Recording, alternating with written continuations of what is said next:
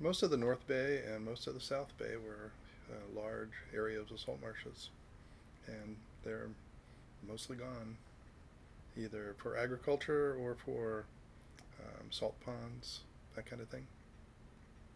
If you think about Hurricane Katrina or any of the hurricanes that hit the Gulf, it's the wetlands that are protecting the urban areas, and where they've been weakened by lowering water tables, by removing sediment so that they're beginning to decline rather than increase.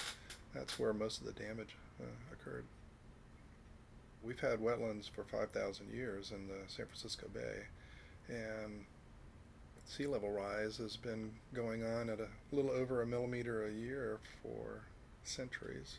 Um, it's doubled to about 3 millimeters a year at the moment.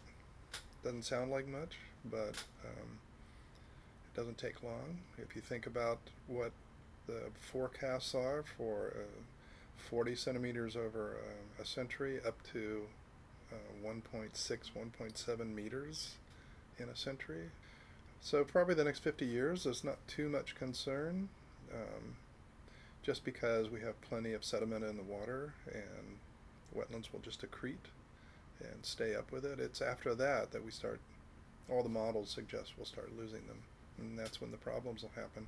Actually, the real problem for sea level rise is going to be just erosion of areas without wetlands, the coasts especially, the cliffs. People build right next to the ocean.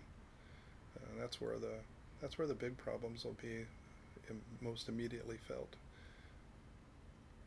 The town I live in, during a winter storm once, there was 27 feet of cliff lost in 24 or 48 hours, and homes went into the ocean. We like our lifestyle, and our lifestyle is pretty low elevation in certain parts of the city, especially to the east. And that's where most of the development is occurring right now. The only technological fix is to retreat to higher elevation or to put up dikes. And not really sure how well that stuff works, because it's not mere sea level rise, it's the storms that are the problem. And it's whether we start getting crazy storms.